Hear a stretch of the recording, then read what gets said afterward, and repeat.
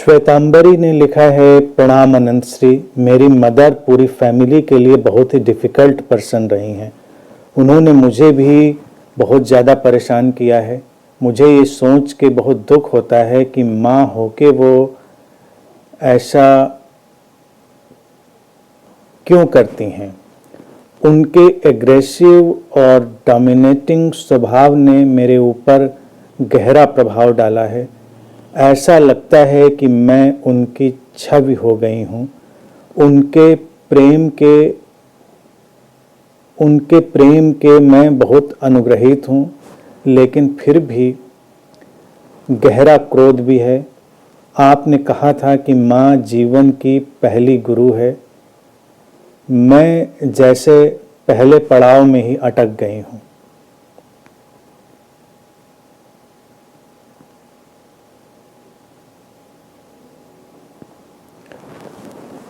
श्वेतांबरी, माँ की गुणगान बहुत किए जाते हैं, लेकिन उस पर हमें एक दृष्टिपात करना होगा। बायोलॉजिकल मदरहुड और एग्जिस्टेंशियल मदरहुड, जिसकी चर्चा अध्यात्म करता है, दोनों में बड़ा फर्क है। बायोलॉजिकली जब कोई स्त्री किसी संतान को जन्म देती है तो वो नैसर्गिक प्रभाव के चलते हुए, क्योंकि निसर्ग प्रकृति उस प्रजाति स्पीशीज को सुरक्षित रखना चाहती है, तो उसको कुछ ऐसे गुणधर्म देती है सुरक्षा के, सहयोग के। वो सब उसको प्राकृतिक रूप से मिले होते हैं।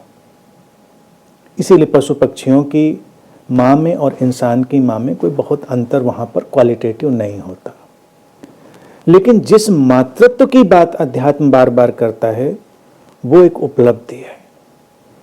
मातृत्व घटता है, जैसे ये बोध और जैसे ये अवेकनिंग होती है, ऐसे ही मातृत्व होता है। स्त्री के लिए आध्यात्मिक उपलब्धि है मातृत्व के गहनतम जगत में प्रवेश करना। तो हर स्त्री के भीतर वो मातृत्व होगा ही आवश्यक नहीं। हर स्त्री जिसने संतान को जन्म दिया होगा उसके भीतर वो मातृत्व होगा ही आवश्यक नहीं। वो अपनी कमियों में है, उसके अपने अपने अटकाव हैं, भटकाव हैं, उसकी अपनी वासनाएं हैं, उसके अपने छलावे हैं, भुलावे हैं, बुलावे हैं। वो बहुत उतार चढ़ावों के अपने जाल जंजाल में उलझी हुई एक एंटिटी है। जैसे एक पुरुष है वैसे स्त्री है। यहाँ पर कोई गुणात्मक भेद नहीं है। तो कोई भी संतान हो, वो कुछ समय के बाद जब वो इंस्टिंक्टिव फेज पूरा हो जाता है, इंस्टिंक्टिव फेज के बाद बहुत सारी चीज़ों की अड़चन आ सकती है। पारंपरिक रूप से अगर हम प्रोग्रामिंग को थोड़ा बनाकर चलते हैं तो स्त्रियों को थोड़ा सा साध लेने का एक भाव अस्तित्व ने दिया है प्रकृति ने, तो वो थोड़ा सा अपने को साध लेती हैं, संतान के साथ सहयोग करती हैं। लेकिन जो तुमने लिखा है क्रोध, पजेसिवनेस, चिड़चिड़ापन या किसी भी तरह की अहंकार की प्रवृत्ति या कोई भी बिखराव का एटीट्यूड हो, सब हो सकता है। केवल माँ का टैग लगा देने से कोई स्त्री बिल्कुल करुणा की प्रतिमूर्ति नहीं हो जाती। केवल माँ का किसी के ऊपर आप लेबल लगा दीजिए, उसके भीतर प्रेम की धाराएं नहीं बहने लगती। वो कमजोर है, वो भी भटक रही है, वो भी एक शरीर मन में यात्रा करती हुई चेतना की एक सत्ता है जो अपनी यात्रा में है। तो उसको देखने का नजरिया बदलना होगा। आमतौर से क्या होता है, बच्चे अपने माता पिता को बिल्कुल भगवान की तरह, जो भगवान की परिकल्पना होती है वैसे देखते हैं। कुछ अद्भुत, अद्वितीय, अलौकिक, परम ज्ञानी, शुरू की छवि यही होती है। और किशोरावस्था में इसीलिए सारे बच्चे बहुत अवसाद और तनाव से घिरते हैं, क्योंकि जब वो बहुत होश में नहीं है तो उनके माता पिता कैसे भी हों, उनको लगता है अरे इनसे महान तो कोई पैदा ही नहीं हुआ। लेकिन फिर वो किशोरावस्था में जब उनकी आंखें खुलती हैं, यानी कि आंखें, समझ की आंखें खुलती हैं, तो वो इमेज टूटती है। वो जो गॉडली इमेज होती है वो टूटती है। तब दिखाई देता है करे ये तो वैसे ही साधारण, कमज़ोर, डरे हुए, परेशान लोग हैं, वो परेशानी लाता है। इसीलिए किशोरावस्था बड़ा ही एक डेलिकेट इशू हो जाता है। अब मन क्या है, मन बड़े दुविधा में चलता है। बच्चे क्या करते हैं, हम एक तो इमेज जब माँ बाप की उन्होंने बना ली, गॉडली या डेमी गॉड की, तो उस इमेज को उन्हें बचाए भी रखना है और इमेज टूटने का धक्का भी उनके ऊपर आ रहा है। एक बड़ा द्वंद्व चलता है। इसीलिए अक्सर ये देखा गया है कि जो बच्चे अपने माँ बाप से बहुत त्रस्त रहते हैं, वही बच्चे बड़े होने के बाद अपने माँ बाप के इस दुनिया से विदा हो जाने के बाद उनकी मूर्तियाँ लगाते हैं, उनके पत्थर लगाते हैं, उनके नाम पर स्कूल, कॉलेज और पता नहीं क्या क्या सब खोलते हैं, धर्मशालाएं खोलते हैं, सोशल वर्क करते हैं उनके नाम पर। और अगर आप इतिहास खंगालेंगे तो पता चलेगा यही बच्चे अपने माँ बाप से बहुत खिन्न रहे थे, लेकिन वो जो इमेज उन्होंने पैदा की थी, जिस इमेज के क्लैश में वो थे, वो इमेज अब वो उभार कर उस धूल से निकाल कर उसको वो ठीक करना चाहते हैं और उसी से वो अपने को सांत्वना देते हैं कि नहीं, सब ठीक था। ये एक बहुत खतरनाक स्थिति है। जब बच्चे बड़े होने लगे तो वो अपनी एक अलग व्यक्तिगत सत्ता में विकसित हो रहे होते हैं। अगर हम समाज को थोड़ा जागृत बनाएं तो बच्चे अपने अलग ढंग से विकसित हों, ये बेहतर है। रहा सवाल जो मैंने कहा कि माँ सबसे पहली गुरु होती, तो होती है। तुमको अच्छा सिखाए, बुरा सिखाए, सिखा तो रही है। अगर वो बहुत समझदार है तो तुमको समझदारी की चीज़ें सीखने को मिल जाएंगी। तुमको लगेगा हाँ, जीवन ऐसा होता है। वो पॉजिटिव है, आक्रामक है, खिन्न है, क्रोधी है, या उसको बहुत समझ नहीं है, तमाम चीज़ें हैं, तो तुमको ये सीखने को मिल सकता है कि ये भी जीवन का एक पहलू है जिसमें हमें नहीं जाना है, जिससे बचा जा सकता है। क्योंकि वो देखने को मिला तो एक लेसन तो मिल ही गया, एक पाठ तो मिल ही गया, कम से कम ये हो सकता है। कुछ बच्चे उस दुष्चक्र में पिसके रह जाते हैं और कुछ बच्चे उससे बाहर निकल जाते हैं। ये अपनी अपनी परिस्थितियों पर कई बार निर्भर करता है और देखा जाए कभी कभी बहुत सारे जटिल जो अस्तित्वगत बुनावट है उसका भी हिस्सा होता है। सौभाग्यशाली बच्चे हैं जो अपने माता पिता के सारी कमियों, बुराइयों को देखकर उनसे आगे चले जाते हैं। वो उस छवि का शिकार होने के बजाय कहीं उससे दूर आगे निकल जाते हैं। होना यही चाहिए। तो मेरा यही कहना है कि अपनी माँ की छवि नहीं बनना है, लेकिन होता अक्सर यही है, मनोवैज्ञानिक दुर्घटना यही है कि हम अपने माता पिता की छवि बन जाते हैं। अगर हम चूके तो बन सकते हैं। भारत में हमने इसीलिए माता पिता के आगे गुरु की भूमिका भी रखी, हमने गुरुओं की एक बड़ी श्रृंखला रखी, सब रखा, क्योंकि हमने कहा कि सीखने के लिए वो अंत नहीं है, उसके आगे भी जाएंगे। आगे भी बहुत लोग हैं जो अपने अलग वात्सल्य मातृत्व बोध के आलोक के साथ चल रहे हैं, जिनके साथ हम चलकर जीवन को कोई नया आयाम दे सकते हैं। हम बहुत अहंकारग्रस्त होंगे तो हमको लगेगा नहीं, हमारे ही माता पिता सबसे महान है। दुनिया में देखिए, बच्चों से पूछिए उनकी सबसे बड़ी समस्या क्या होती है, मेरे माँ बाप दुनिया के सबसे महान हैं। और कभी कभी मैं सोचता हूँ इतने महान लोग एक साथ पूरी दुनिया में हैं और दुनिया का ये हाल है। प्रेम का हाल, किसी बच्चे से पूछो तुम्हारे माता पिता तुमसे प्रेम, अगाध प्रेम, प्रेम का सागर है। समझ का तो एवरेस्ट है, हिमालय है समझ का। ना उतना प्रेम का सागर दिखता है, न समझ के वो शिखर दिखते हैं। समाज तो अजीब सी, विचित्र, भयावह सी स्थिति में चल रहा है। हम किस समाज में रह रहे हैं? एक बड़ी भयावह सी स्थिति में हम रह रहे हैं, इसलिए कि लोग उस इल्यूजन, उस डेल्यूजन से बाहर आना नहीं चाहते। अब जब तुम्हारे पास अवसर है, बड़ी हो चुकी हो, समझदार हो चुकी हो, अपने पैरों पे खड़ी हो चुकी हो, सारी चीज़ें हो चुकी हैं, तो अपनी माँ के प्रति दृष्टिकोण बदलो, माँ के प्रति एक करुणा लाओ।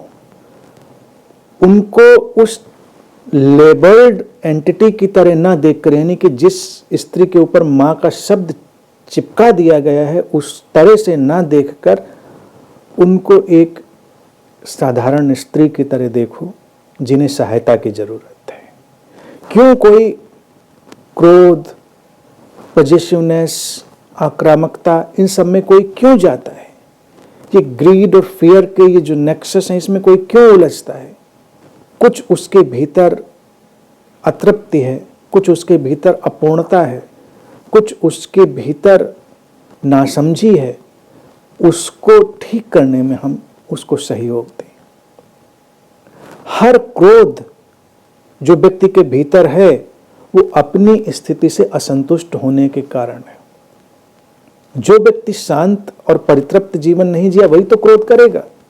तो क्रोध करने के लिए क्या है? अब क्रोध तो बाहर ही कहीं जाएगा, आमतौर से आदत तो यही है। भीतर लौटेगा तो वो अवसाद और तमाम तरह की जो मनोरोग हैं उनमें बदल जाएगा। क्रोध की वही धारा जब कभी कभी अचानक किसी के भीतर बड़ी चली जाती है तो वही लोग बिखरते हैं, डिप्रेशन में जाते हैं।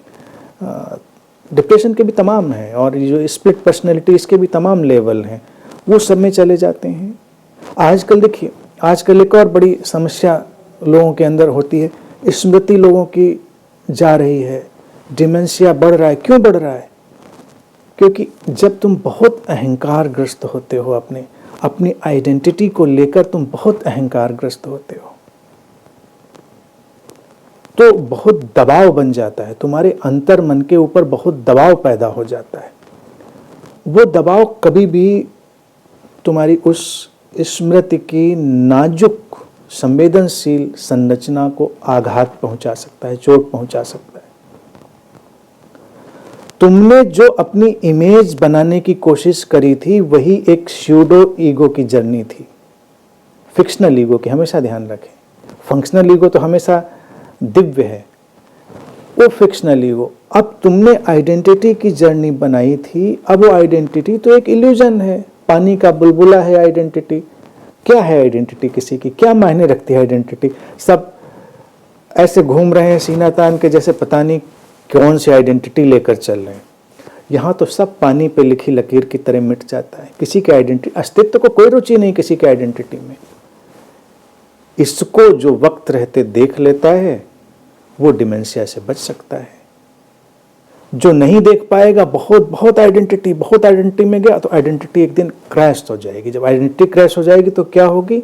आइडेंटिटी से रिलेटेड जो मेमोरी है, उस पहचान से जुड़ी हुई जो स्मृति है वो चली जाएगी, डिके होगी। क्रोध, पॉजिटिवनेस, ये भी उस छवि पर अटकाव और उसके चिपके होने के कारण है। और इन सबके पृष्ठभूमि में नासमझी है, अज्ञान है, अपूर्णता है। तो ठीक है, कोई बात नहीं, जो रहा सो रहा। उन्होंने परेशान किया, बहुत घरों में परेशानियां हैं, मैं जानता हूं, बहुत तरह तरह की परेशानियां हैं। लेकिन क्या करना, किसी को ऐसे तो पकड़ के ठीक नहीं किया जा सकता। और तुम्हारे हिस्से में ऐसी माँ आई, तुम्हारे हिस्से में ऐसे पिता आए, जैसे भी जो कोई भी जिसके हिस्से में आया, सबका देखिए अपना अपना जीवन का पटल है, जीवन का अपना धरातल है, जहाँ पर उसको जो मिलता है वो मिल जाता है। अस्तित्व उस समय कुछ तो दिशा निर्देश और मार्गदर्शन हमारे लिए ला रहा होता है। उसको बहुत शांत मन से समझो, सीखो और उस व्यक्ति के प्रति करुणा भाव रखो। मातृत्व को एक अलग गुणधर्म जानो। केवल जन्म देने से किसी स्त्री को उस मातृत्व के पैरहन में मत उलझाओ, क्योंकि मातृत्व का भी एक दबाव होता है। मातृत्व और बुद्धत्व एक ही बात है। स्त्री शरीर में जब अवेकनिंग घटेगी तो मातृत्व का चरम होगा, पुरुष शरीर में घटती है तो बुद्धत्व, वो आलोक, समझ, वो इंटेलिजेंस की तरह एक अलग, बस केवल अभिव्यक्तियों का फर्क है, बाकी वो एक ही चीज है। तो वो अपेक्षाएं मत करो। मैं समझता हूं कि जब इस ढंग से, इस करुणापूर्ण ढंग से हम जिएंगे तो बहुत सारी हम सहायता एक दूसरे की कर सकते हैं। एक वक्त के बाद मुझे लगता है हर संबंध में, हर रिश्ते में हमको रिश्ते के टैग हटाकर, उनके लेबल हटाकर देखना चाहिए और वहाँ से व्यवहार करना चाहिए। जब तक हम उस लेबल के बहुत ज़्यादा दबाव में होते हैं तो हम कभी कभी ठीक ठीक न तो किसी की सहायता कर पाते हैं, न ठीक ठीक व्यवहार कर पाते हैं, चाहे वो पति पत्नी हो, चाहे वो भाई बहन हो, चाहे वो माता पिता हों, संतानें हों।